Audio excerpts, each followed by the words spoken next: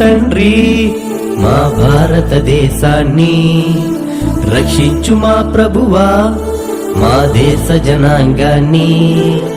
దీవించు మా తండ్రి మా భారతదేశాన్ని, రక్షించు మా ప్రభువా మా దేశ జనాంగాన్ని. శాపం లేని దేశంగా మా దేశం ఉండాలి, లోపం లేని వారిగా మేమందరము జీవించాలి. శాపం లేని దేశంగా మా దేశం ఉండాలి, లోపం లేని వారిగా మేమందరము జీవించాలి.